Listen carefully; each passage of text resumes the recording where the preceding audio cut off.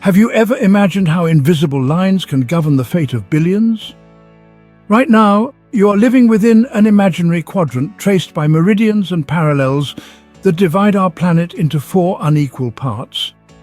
A world where 3 out of every 4 people live in one particular quadrant, the Northeast. This is the realm of titans, where countries like China and India, teeming with life, are nestled. But what does this concentration of humanity signify about power, culture, and the economy? Let's delve deeper. In the ancient world, the concentration of people in the Northeast Quadrant was instrumental in the rise of great civilizations. The fertile land of the Yellow and Yangtze rivers in China and the Indus and Ganges rivers in India provided the perfect cradle for human societies to flourish. This geographical advantage led to the development of agriculture, fostering the growth of early urban centers and leading to advancements in writing, law, and governance. Fast forward to the present day, and the legacy of these ancient civilizations still echoes in the bustling cities and thriving economies of the Northeast Quadrant. China, now a global powerhouse, boasts the world's second-largest economy. India, with its booming tech industry and burgeoning middle class, is not far behind. The sheer concentration of people in these regions has led to a vibrant pool of human capital, fostering innovation and driving economic growth. But it's not just about economics. This region, brimming with diverse cultures and rich traditions, wields considerable soft power. From the mesmerizing Bollywood films to the mouth-watering dim sum, the cultural exports from this quadrant have left an indelible mark on global pop culture. The political power of the Northeast Quadrant is also hard to overlook. With 2 of the 5 permanent members of the United Nations Security Council hailing from this quadrant, it's clear that the decisions made here resonate far beyond its borders. So, what's the story of the Northeast Quadrant? It's a saga of power, economic, cultural, and political. It's a tale of ancient civilizations blossoming into modern superpowers. It's a narrative of people and their potential, shaped by the invisible lines of geography. In this quadrant, every line tells a story of power, culture, and economy. Have you ever wondered about the effects of geography on development? Let's take a plunge into the Southwest Quadrant, an area that accounts for a mere 5% of the world's population. It's a vast expanse of land and sea where the arid landscapes of deserts meet the boundless waters of the Pacific Ocean. This quadrant's geography has played a pivotal role in shaping its demographic reality. Consider the vast deserts, for instance.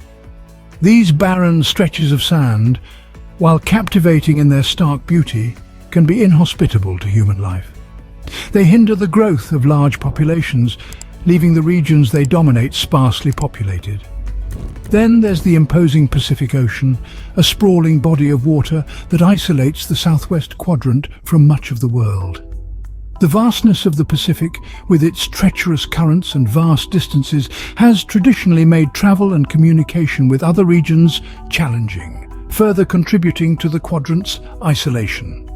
And let's not forget about the distribution of natural resources. In some parts of this quadrant, resources are plentiful, fostering growth and development. In others, they are scarce, limiting opportunities for expansion and prosperity. So, you see, the Southwest Quadrant's geographic features have shaped its demographic reality in ways both subtle and profound. They've contributed to its isolation and influenced its development, painting a unique picture of life in this part of our world. In this quadrant, every line tells a tale of isolation and development. Ever considered how history is written by a fusion of factors? Welcome to the Northwest Quadrant, home to a compelling 13% of the global population. This region, which includes North America and a portion of Europe, offers a fascinating blend of technological development, the ebb and flow of migration, and an economy that magnetically draws people from all corners of the Earth. Imagine, if you will, the Industrial Revolution's transformative power. As the wheels of industry began to turn, they sparked a chain reaction of progress that still reverberates today.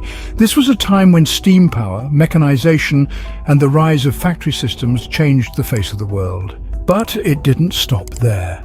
These advances set the stage for the Northwest Quadrant to become a hub for technological innovation and a beacon for economic opportunity. Consider, too, the role of immigration policies. These invisible guidelines, drawn up by governments, have turned this quadrant into a vibrant cultural melting pot. People from diverse backgrounds, carrying with them their unique traditions, languages and perspectives, have shaped and enriched the social fabric of this region.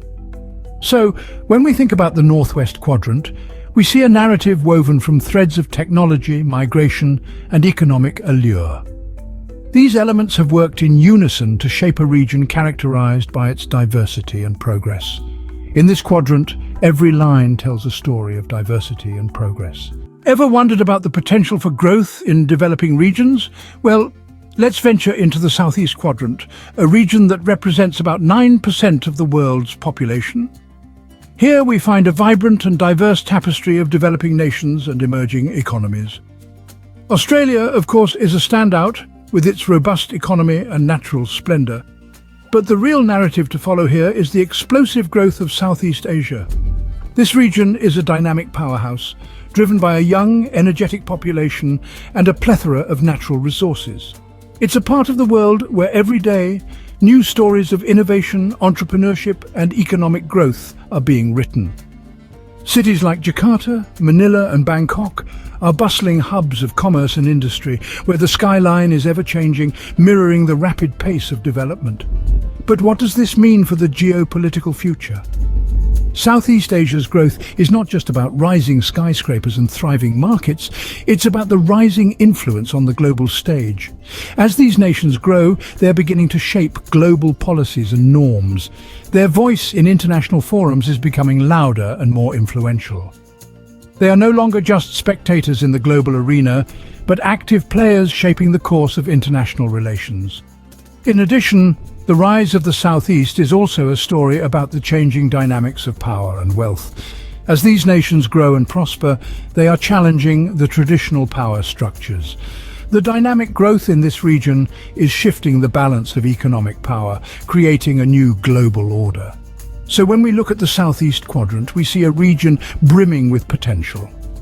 We see nations that are not just growing, but growing in influence, in power, and in their ability to shape the world's future.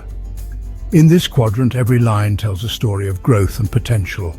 It's a story that is still being written, and one that promises to redefine the contours of our world. And as we trace these invisible lines, we realize that they are not just geographical boundaries, but markers of human potential and progress. And that's the real power of these invisible lines. The lines that divide these quadrants are invisible, yet their implications are tremendously visible.